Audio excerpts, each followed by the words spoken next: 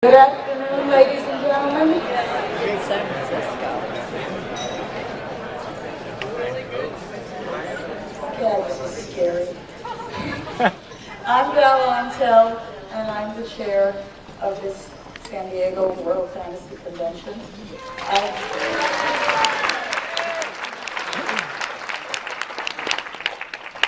I would like to welcome you to the World Fantasy Awards banquet. I hope you have all had a good time at the convention. As is the usual situation at these events, I have some recognitions and thank yous I must do. First, I want to thank all of you for coming. Next, I would like to thank Peggy Ray Sapienza and Margot Porter, who put this banquet and our receptions and the autograph session together, and did, I think, a wonderful job. Peggy Ray, stand up. Margot?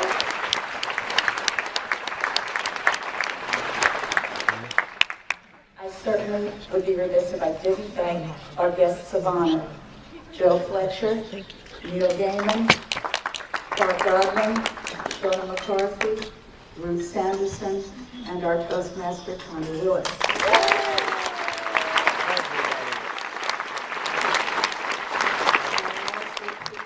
Here we have one of our Lifetime Achievement Award winners with us, Peter S. Beagle.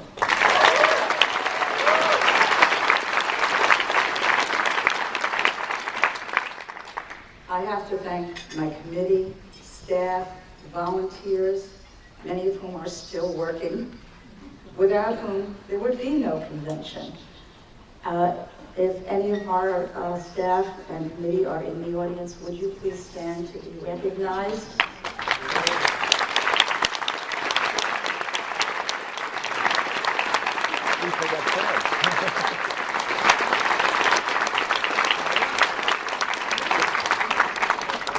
I need to thank Laura Donitz for coming early from Texas to help with last-minute things and for organizing perhaps the best book bag stuffing that has ever been. We finished by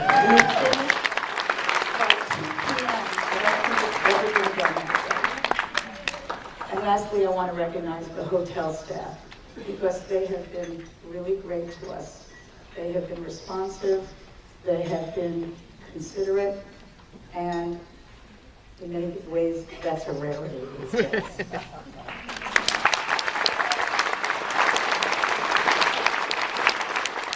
I have to take the chair's prerogative for a couple of personal thank yous.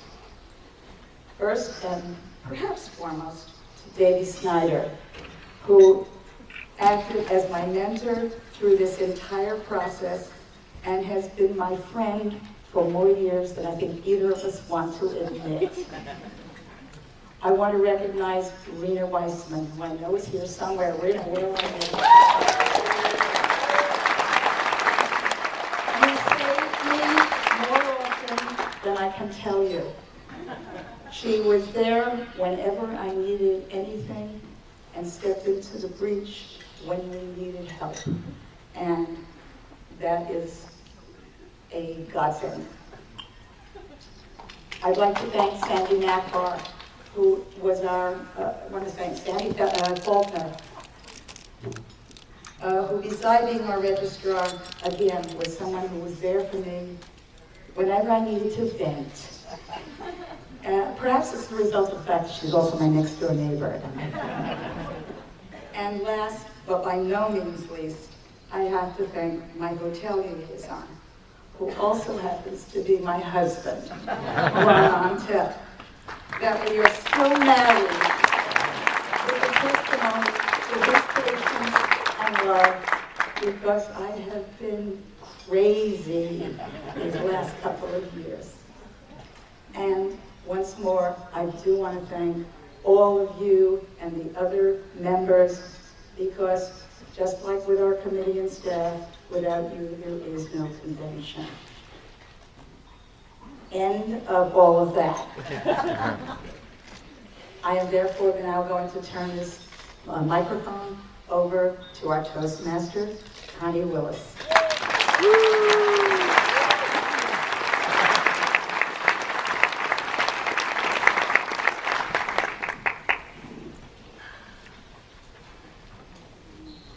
Okay. All right. It's a great pleasure to be here. I was here a few days ago. It seems like about 3 weeks, and got to introduce the guests of honor for the first time at that point. And now, even though most of them are completely talked out, it is my pleasure to introduce them one last time if they'd like to stand up and smile, or if they would like to come up and say something. Two of our guests of honor unfortunately had to leave, Park Godwin and Ruth Sanderson. I think you need to give them one last round of applause.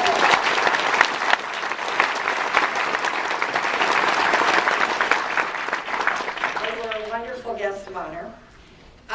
Shauna McCarthy, editor extraordinaire.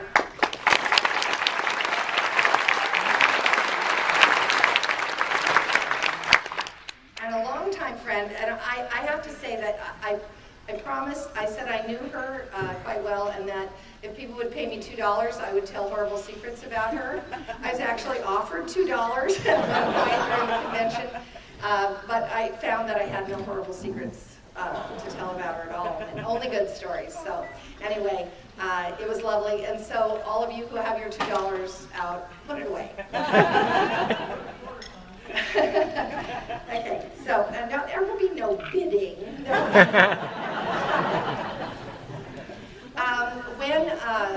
When we had our opening ceremonies, Joe Fletcher, I was trying to introduce her, but unfortunately she was not here yet. And so I didn't get a chance to say all the wonderful things about her. She is it's hard to know where to start. She is a critic, an editor, a poet, a journalist, a sort of a general Renaissance woman, and also I discovered, as if you go to the wrong Google site, a female English footballer. I didn't know that. That was kind of a momentary shock. So anyway, Joe. Yay!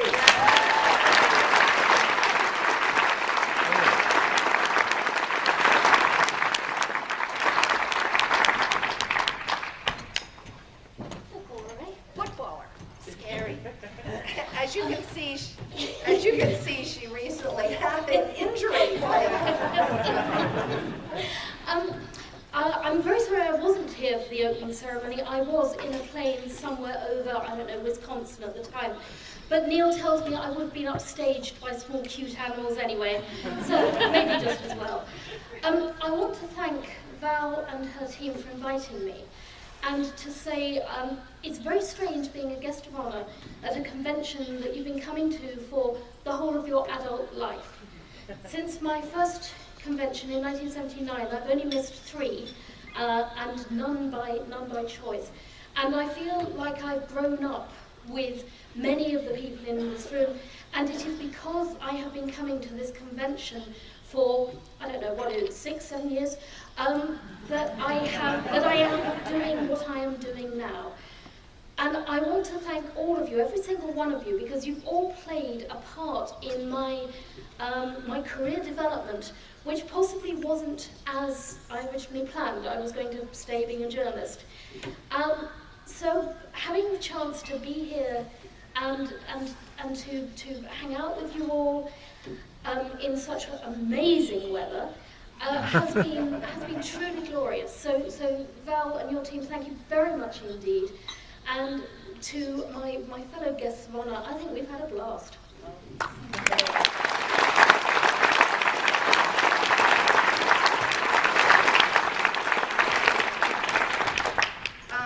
One of the people that I introduced at the opening ceremonies was an up-and-coming young writer who none of you really knew anything about.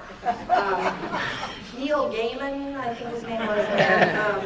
And he and I had a long conversation, private conversation, which turned out to be in front of 500 people. And I'm happy to say that thanks to that, he is now a star. So anyway, I have to say, on a personal note, I thoroughly enjoyed that conversation. The only thing wrong with it is that we didn't have Starbucks to accompany it, but otherwise it was just perfect. Just perfect. So anyway, Neil.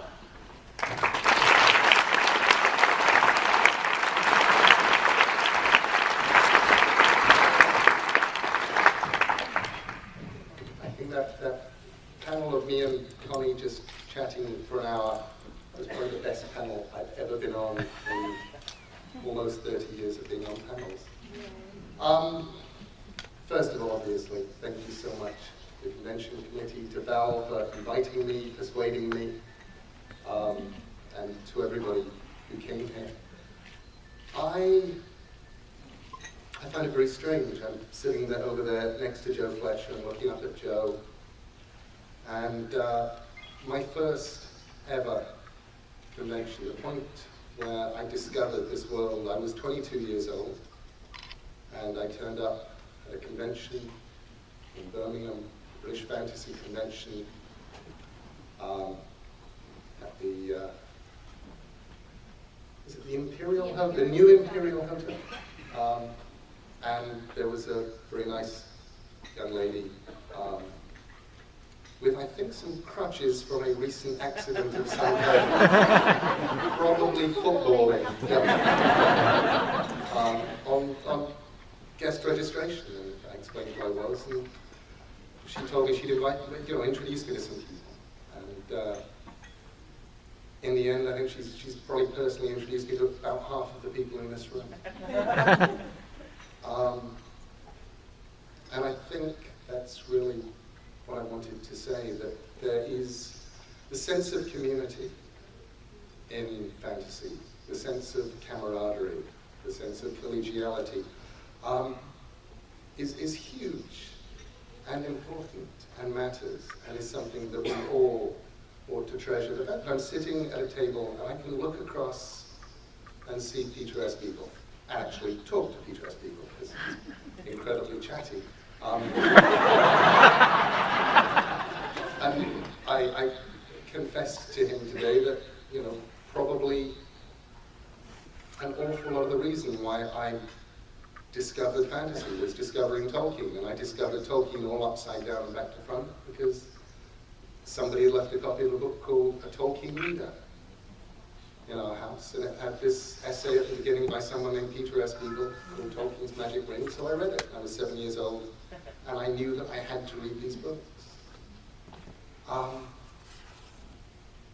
It's at World Fantasy Con, and I've got to meet people like Fritz Leiber, I've got to meet people like Robert Bloch, and I've got to talk to them, and sometimes have the kind of conversations you have with people in the bar that just reminds you that people are people, and sometimes have the kind of conversation that you have, in our case with Connie, in front of 500 people, but often have in bars too, where you're talking about what you do, and why you do it, and why you're writing, why you're making things up, why you're telling lies that tell the truth, and why it matters. And so to all of you here at World Fantasy Con, thank you. Thank you so much for being here.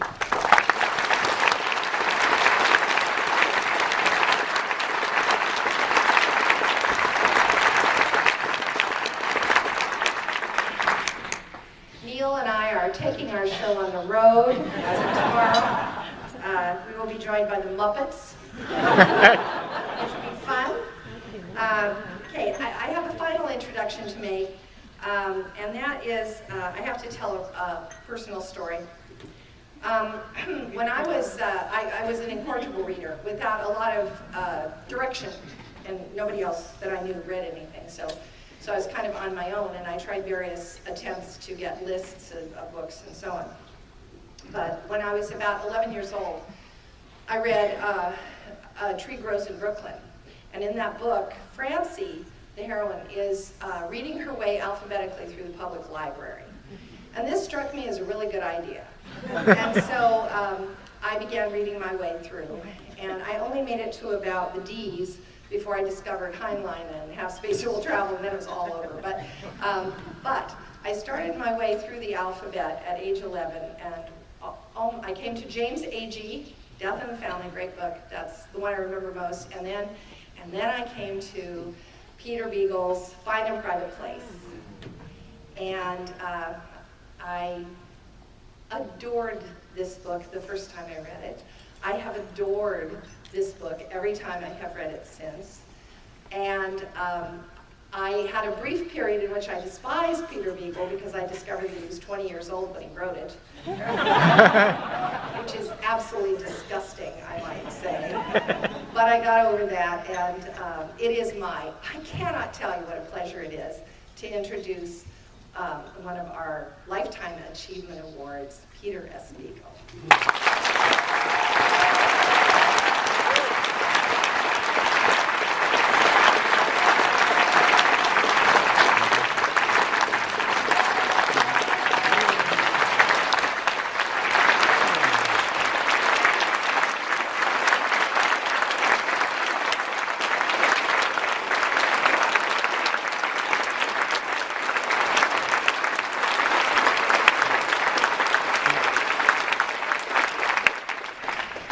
I have been offering small prize for many years to anyone who can find someone who demonstrably dislikes Connie Willis. I've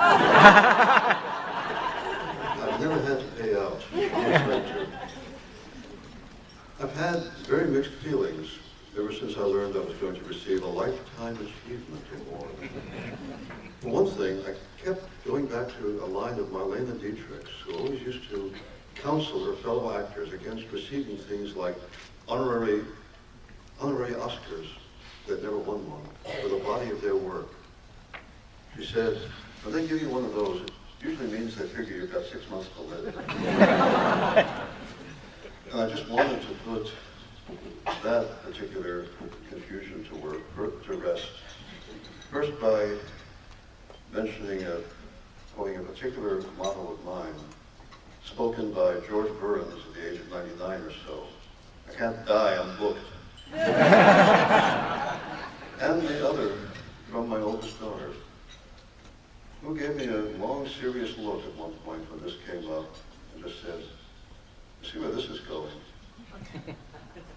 You're going to keep coming around till the three of us, I have 3 children, till the 3 of us get so bored seeing you we could scream." Yeah, I fully intend to, because there's all this other stuff. There's the stuff I was always going to get to when I was a little older and knew what the hell I was doing. There's the baseball fantasy set in the Pittsburgh of the 1950s, where I went to school. There's the novel I always wanted to write about the adventures of a Spanish spy in Elizabethan London. And there's the one, if I could dare to challenge Raymond Chandler's 1939-1940 Los Angeles, about the friendship that actually existed between Bela Lugosi, Boris Karloff, Lon Chaney Jr., and of all people, since he wasn't part of that filmmaking group, Peter Lorre. I heard Lorre talking about it once. I've always wanted to imagine that relationship and what you could do with it. And there's all this stuff that I'm working my way toward just as soon as I get a handle on what it is I do. I'll leave you with the words that I have heard attributed to Renoir on his deathbed. Could be another painter, could be another artist, could be any of it, doesn't matter. But according to the story, Renoir, dying at 91 years old, was apparently mumbling over and over, "Shit, I was just learning to paint." Thank you all very much.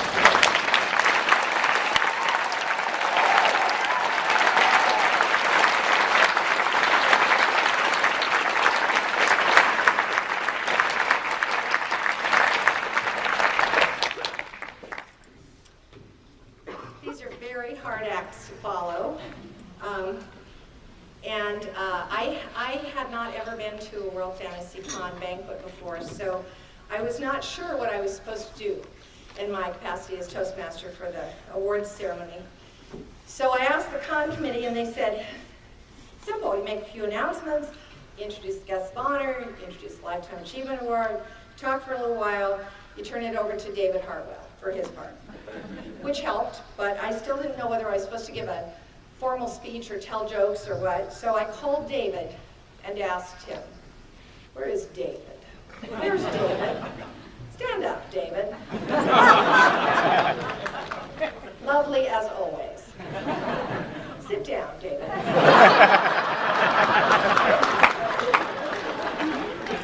So I asked David, and I said, and he said, oh, no speech. You just make a few disconnected, pointless remarks like you usually do. And I said, oh, you mean like about Sarah Palin or Harrison Ford? And he said, yes, but not Sarah Palin. And make it upbeat. So, upbeat, funny, pointless, got it. So then I asked him, for how long am I supposed to speak? And he said, it varies. Some Toastmasters talk for just a couple of minutes, you know. Some have talked for as long as an hour.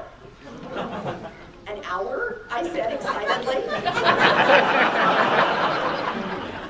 Yes, he said, but something shorter would be good. But seriously, I said, an hour? And he said, yes, but that was George R.R. Martin, and he has a hit HBO series. For you, I would say maybe 5 to 7 minutes.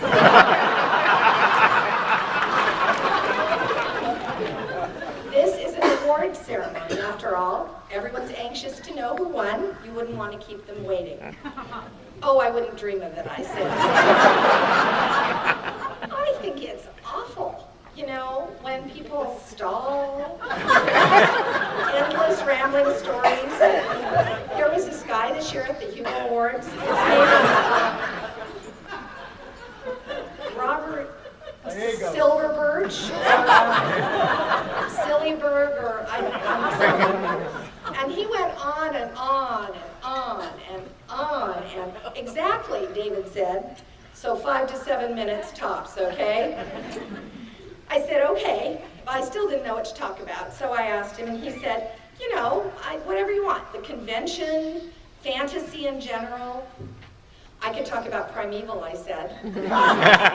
No, he said, which made me think that he had heard what happened at Worldcon, where on pretty much every panel I was on, I talked about Primeval, which is this really great British TV show about dinosaurs in London, and it has Andrew Lee Potts, who is really, really cute, and it's just an adorable show, and I even mentioned it during my acceptance speech at the Hugo Awards, and partly because Andrew Lee Potts, who is, well, he plays Connor, and he is just so cute, and there was this one episode, and you cannot talk about Primeval. Okay, I said, fine. How about I talk about the convention guests of honor? I know lots of dirt about Neil and Park and Shauna. No, David said. Why don't you talk about awards ceremonies? You have been to lots and lots of those. And I said, oh, okay, fine. I could talk about that time at the Hugo Awards where the presenter read the wrong name, and the person ran up to the stage to accept, and just as he got to the podium, the real name of the real winner flashed on the screen behind him. And everyone went, oh no, and he thought they were talking about him. Or there was the time at the Oscar Awards when Frank Capra and this other director named Frank were both up for Best Director, and the guy who was presenting the award said, come on down, Frank. And Frank made it all the way down the aisle and onto the stage before someone told him that it was the other Frank. Or the National Book Awards. My favorite award ceremony. Gosh, I hope that someday I will be nominated for a National Book Award. And then told that they really didn't mean my book, they meant a book that sounded like my book. And then tell me, but that's okay, they'll still leave me on the ballot. And then tell me that No, they've changed their minds to protect the integrity of the awards. It will be necessary for me to take my awful book off the ballot, all of which they did 2 weeks ago. Yeah, look it up. Pretty impressive. Somebody called it the greatest clusterfuck that has ever occurred in the history of the world.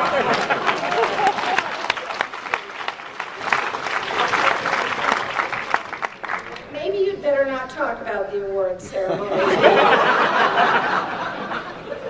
Why don't you talk about the theme of this year's convention? It's sailing the ships of the imagination, sailing the seas of the imagination. You know, ships, pirates, mermaids. Okay, I said, there was this episode about mermaids on Primeval. Only they weren't really mermaids, they were sort of like mermen, and one of them grabbed Abby, and then Connor had to go through the anomaly to rescue her. It was really cool, and they were hanging off this cliff. And you cannot talk about Primeval. What about something to do with the high seas? The high seas, I said. Okay, I could talk about the Titanic. I wrote a book about the Titanic. Did you know that after it sank, ships started finding bodies in the shipping lanes because everybody had had a life jacket on? And so then they had to send a ship out to get all the bodies out of the shipping lanes. And only by that time the fish had kind of eaten at them and they couldn't tell who anybody was. I said cheerful and upbeat, David. Some people didn't drown on the Titanic. There was this one crewman, and the minute it started to sink, and of course if you were down below, you know, you knew sooner that it was starting to sink because there was water coming in everywhere. And so he broke into a liquor cabinet and began drinking steadily. And one of the second class passengers said, well, there's somebody I'll never see again. And the crewman got totally sozzled. And when the boat went down, he just walked right off into the water and then paddled alongside Collapsible B all night long and was the first person picked up by the Carpathia. And I feel that there is a really good moral in this story. I don't think it's a good idea for you to talk about the Titanic. In the first place, it's not fantasy. The part about it being unsinkable was, I said. And the part where Jack and Rose wander around for an hour and a half, which that water inside the ship would in fact be as cold as the water outside the ship. And the part where they threw that perfectly good necklace into the water. No Titanic, David said, and no Primeval. Think of something else high seas related. Okay, I said, the Jersey Shore. And Snooky. Snooky hooked up with Vinny, and then Johnny found out, and things have not been going very well. Talk about Primeval.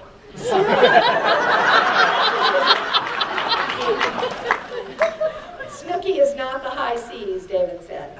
She never even goes in the water, does she? No, but you know, right off the Jersey Shore, the passenger ship, the Morro Castle, caught fire and burned, and all the passengers were burned alive and then drowned. I have an idea, David said. Why don't you talk about fashion? Fashion? I said, you mean like what people wear in fantasy books and stuff, like all those fur pelts and Game of Thrones and those button eyes and Coraline? And he said, no, I was thinking of fashion in the real world. Kind of like, and I said, Snooky is bringing out her own clothing line. And then he said, I was thinking more fashion at awards ceremonies, like what the presenters will be wearing. Some of them are always the height of fashion and sartorial elegance. And I said, who? And he said, me. And I said, You know who dresses really well? Connor on Primeval. He wears these fedoras and these wool scarves and these really cute fingerless gloves. You cannot talk about Primeval. Yeah, but you said the high seas. And there's this one episode where they're on this sub and these giant plesiosaurs are attacking and Connor has to give him the little mini sub and no, he said. I could talk about Harrison Ford. I said he hitchhiked on the sub in Raiders of the Lost Ark, and in What Lies Beneath, he drowned this girl in the ocean and she came back as a ghost and she ate him. No, he said. How about the Somalian pirates? I said, no. How about Dunkirk? I said. How about Dunkirk? And it's upbeat. I mean, we won. Well, we didn't actually win. I mean, it's more like an evacuation than a battle.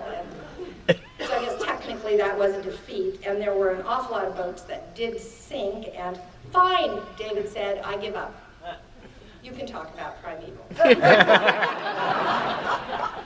Great, I said. Okay, Primeval is this really great British TV series. It has all these great dinosaurs and time paradoxes and romances and stuff. Season 5 will be starting on BBC America next week, November 12th, only you really shouldn't watch it because you should really start from the beginning and watch season 1 and 2 and 3 and 4 before you watch season 5. Time's up, David said. We agreed on 7 minutes, and it has been 7 minutes. He was right, and I would never dream of going overtime. Like Rabbit Silverberg, or whatever his name is.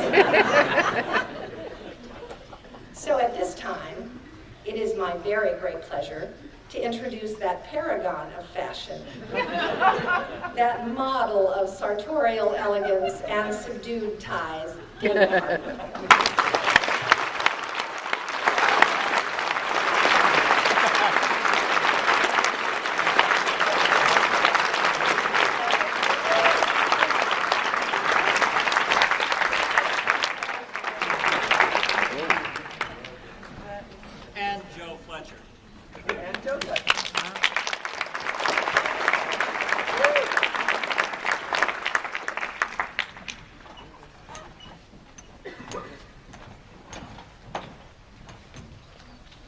Once again to the World Fantasy Awards. Two members of the awards administration present each year, and this year it falls to me and Joe Fletcher. The first award. Oh, I'm sorry. Okay. The first award we're presenting this evening or this afternoon is the Special Award Professional, and Joe will do it. The nominations for this year's World Fantasy Award for Professional Achievement in the Field, the nominations are John Joseph Adams for editing and anthologies,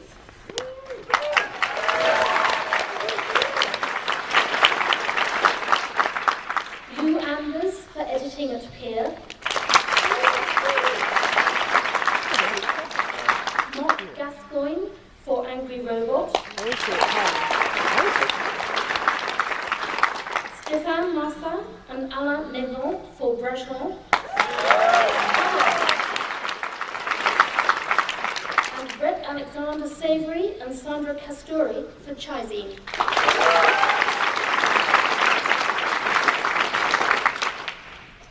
And I'm very happy to announce that the winner is Mark Gascoigne for Angry Robot.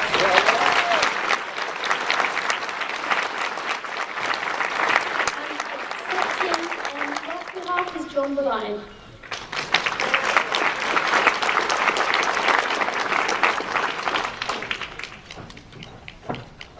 Thank you very much. Mark obviously isn't here, but he has asked me to say a few words which I shall retrieve from my iPhone in modern fashion. He says, "It is so deliciously tempting now that I have in effect taken over the normally most gentlemanly mouth of dear John Berline for a few moments, to have him pronounce a great litany of the most foul and profane things I can think of. Well, first, as a literary agent who represents a number of Angry Robot authors, he has made me his bitch on so many occasions. I joke, of course. Actually, it is true. The World Fantasy Convention has a special meaning for both John and myself.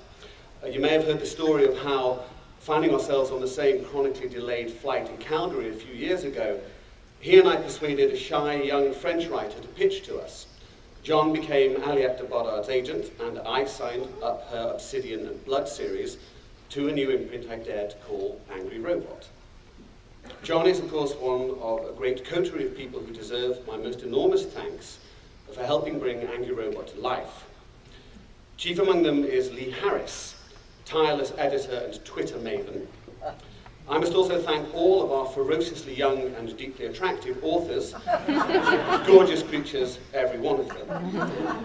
The rabid members of our own street team, the Robot Army, deserve their own mention too, as do the agents and cover artists, together with all the behind-the-scenes people who there's never time to thank in these lists. Thank you all very much indeed.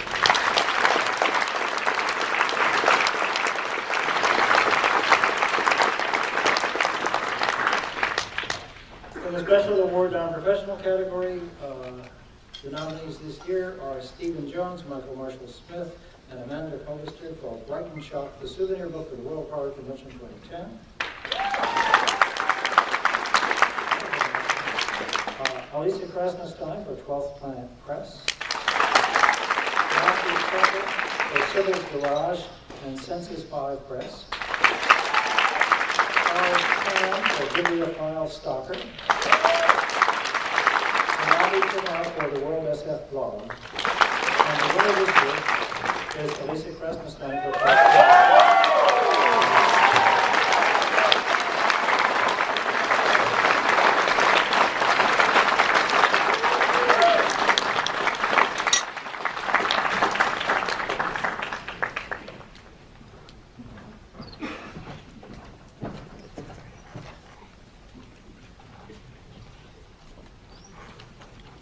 Boy, am I glad Tansy wrote me a speech.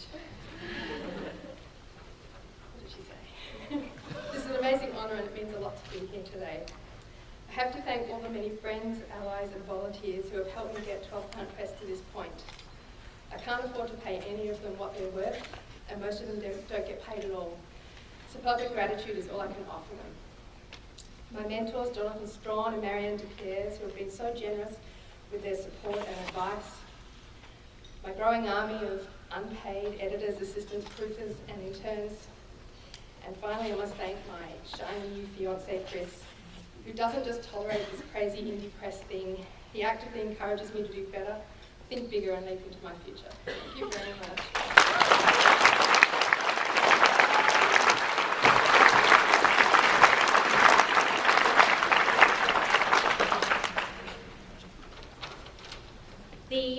The nominations for the World Fantasy Award for Best Collection are Karen Joy Fowler, What I Didn't See, Other Stories, and Story Press.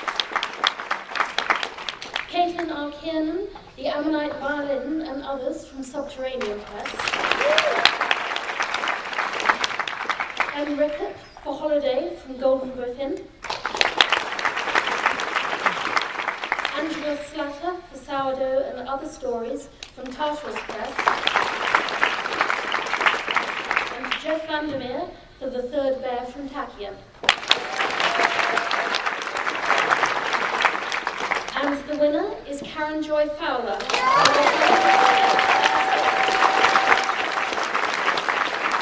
Accepting on behalf is Ted Chiang.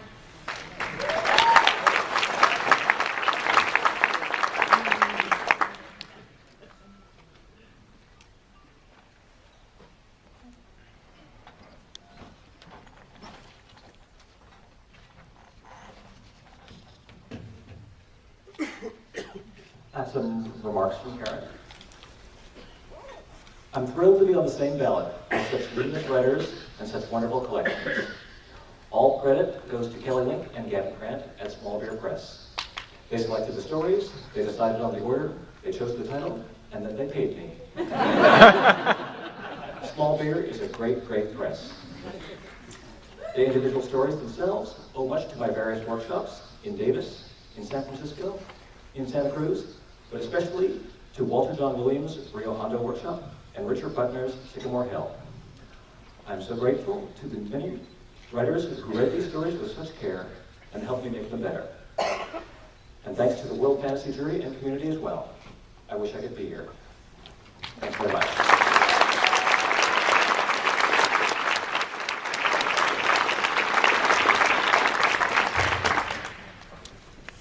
Nominees in the Best Artist category this year are Vincent Chong, Kinuko Kraft, Richard Kirk, John Procasio, and Sean Tan.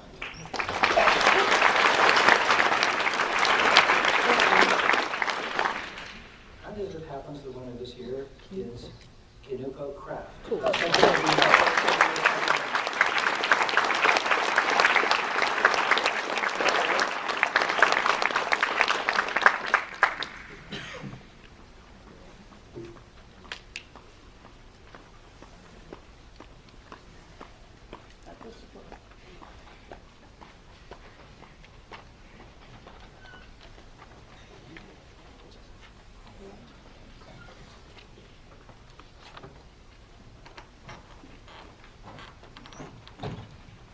Hi, I'm Peggy Ray Sapienza, and I was asked to pick this up today by the artist who says he's very, very grateful to all of you.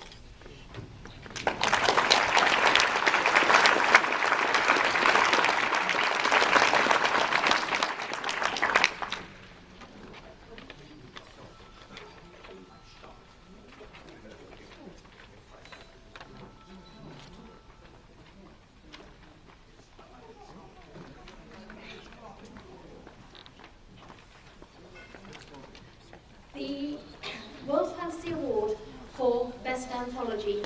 The nominations are John Joseph Adams for editing The Way of the Wizard from Prime, Kate Bernheimer and Carmen Jimenez Smith for editing My Mother She Killed Me, My Father He Ate Me from Penguin. Ellen Datlow and Nick Mamatas editing Haunted Legends from Tor. Neil Gaiman and Al Sarantonio for editing Stories or New Tales from Morrow and Headline Review.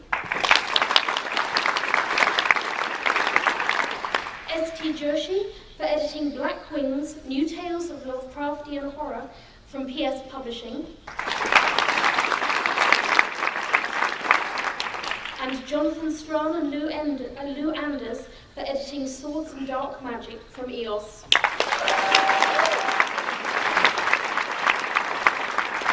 And the winner is Kate Bernheimer, and Carmen Jimenez Smith for editing My Mother She Killed Me, My Father He Ate Me, and accepting on Kate's behalf is Ginger Buchanan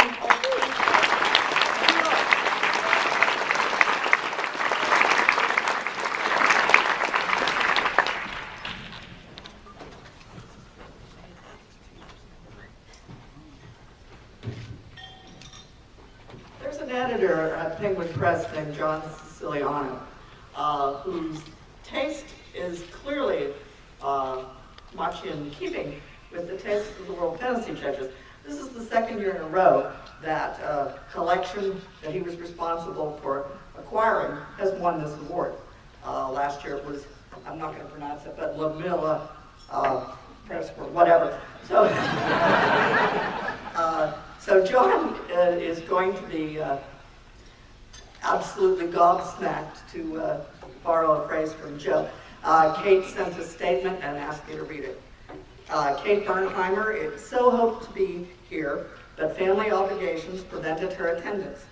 She extends her gratitude to the other editors in this category for their inspiring and beautiful work, to everyone at the magical publisher Penguin, and especially her editor, John Siciliano, and to the World Fantasy Awards. This is such a lovely honor bestowed to fairy tales, those sublime, glittering possibility spaces truly open to all. Thank you very much on behalf of Kate.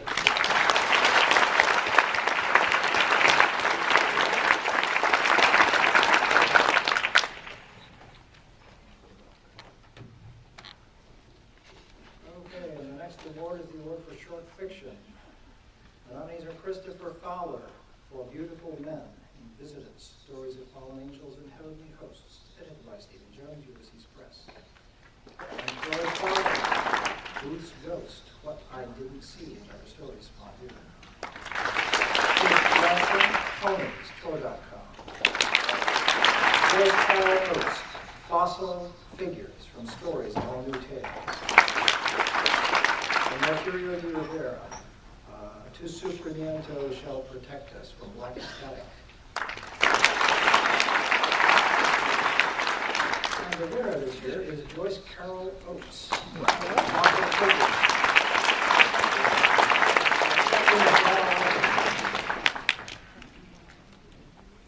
Now, is Daniel Olson here? Yes, walking along the back and coming all the way to the front.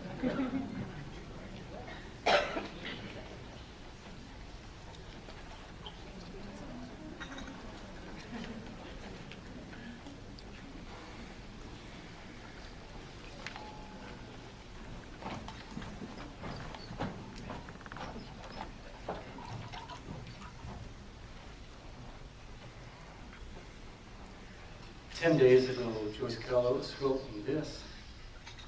You know, in the unlikely event that my story should win, please accept in my place and say that I'm very grateful, but clearly did not expect such an honor, which I don't. I am often nominated for various awards, but very rarely win. Thank you very much.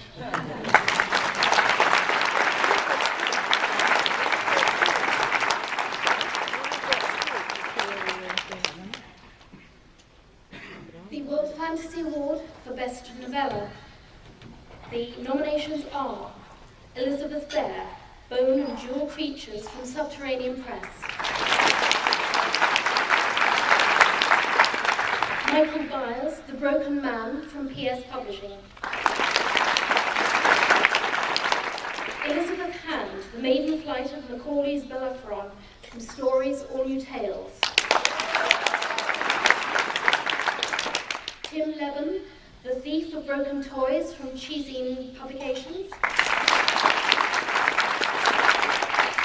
George R.R. Martin, The Mystery Knight from Warriors. And Rachel Swirsky for The Lady Who Plucked Red Flowers Beneath the Queen's Window from Subterranean.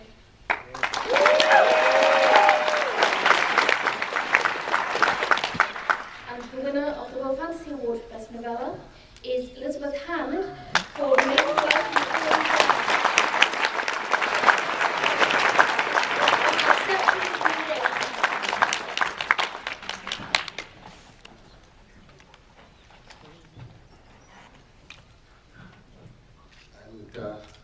An email this morning from Liz.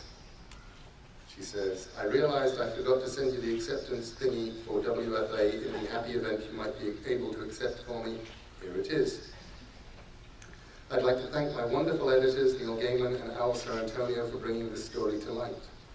I'd also like to thank my old friends and colleagues at the Smithsonian's National Air and Space Museum, Tom Crouch, Trish Grabowski, Frank Winter, and especially my dear friend, Greg Bryant, whose visionary contributions to crypto aviation inspired me then and now. Thank you.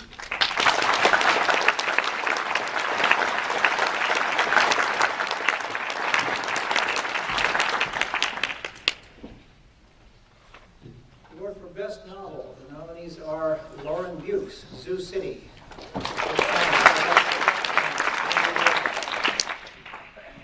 And Kate Jensen, 100,000 Kingdoms.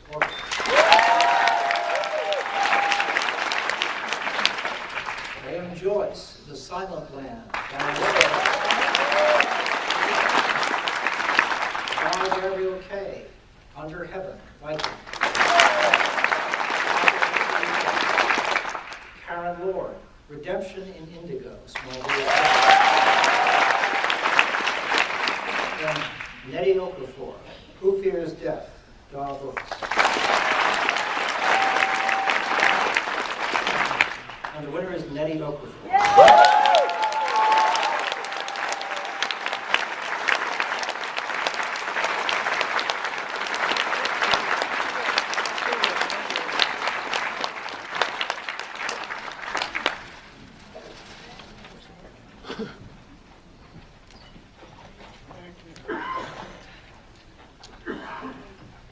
I'm blown away, as I'm sure Nettie will be, since I had to nag her over and over and over to write me something.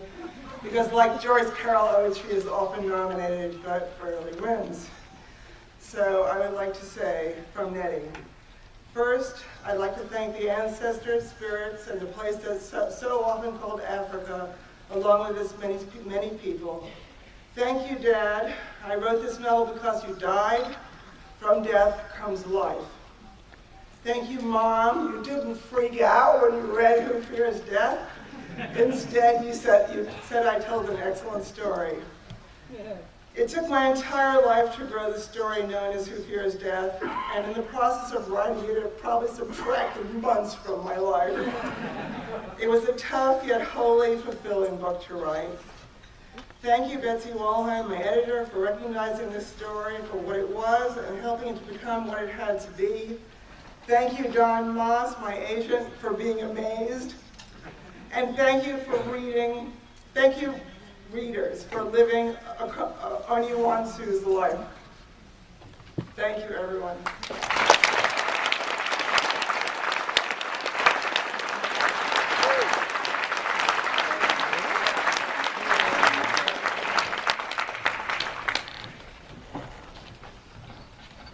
We don't any longer do a long presentation of the Life Achievement Awards here because they are announced in advance in the last few years. But indeed, one of the things that I have to do is to say that we have two Life Achievement winners, Peter S. Beagle and Angelica Baradisha. Peter is here, and I'll call him up in a moment to accept his trophy. Angelica was not able to come here from Argentina. Those of you who are unfamiliar with her work, Small Beer Press published translation of her finest book by Ursula K. Le Guin, who learned Spanish in order to translate the book. It is a fine piece of work called Capac Imperial, and is in print. Peter S. Beagle has already been praised for a number of things tonight, but I will praise him for his knowledge of 1950s baseball. Peter, come get your trophy.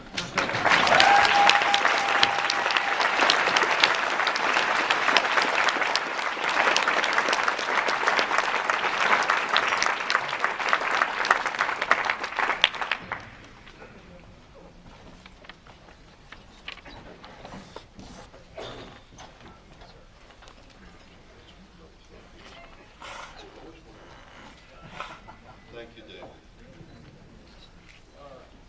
Thank you.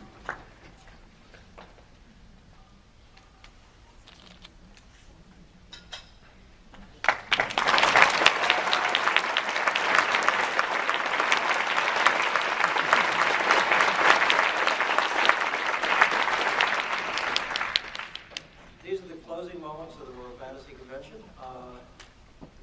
We are, of course, aware that there are two seated conventions, both of whom will be selling memberships outside the banquet, after the banquet, and you will be well advised to buy your memberships in Toronto and in Brighton Convention.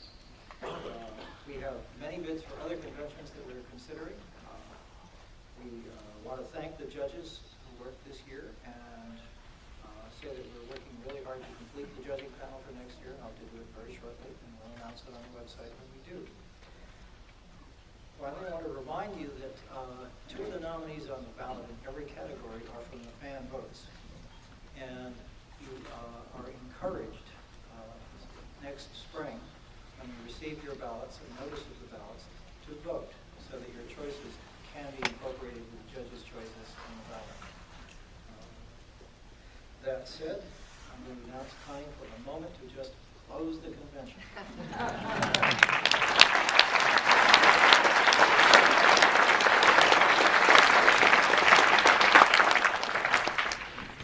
I just have a couple of announcements. First of all, after this is over, we need the acceptors to come over to the corner. here to have their picture taken? I'm sorry? And the winners, of course. And the winners to come over to this corner to have their pictures taken. Because only one judge is here, there will not be a judges panel today after the ceremony as there usually is. However, the dealer's room will be open for a half hour after this. And on a personal note, I would just like to say thank you so much for inviting me as your Toastmaster. I'm not really a fantasy writer, and I really, really enjoyed the privilege of being asked to come here, and where I had so much fun. Thank you so much, and thank you for coming to this year's convention.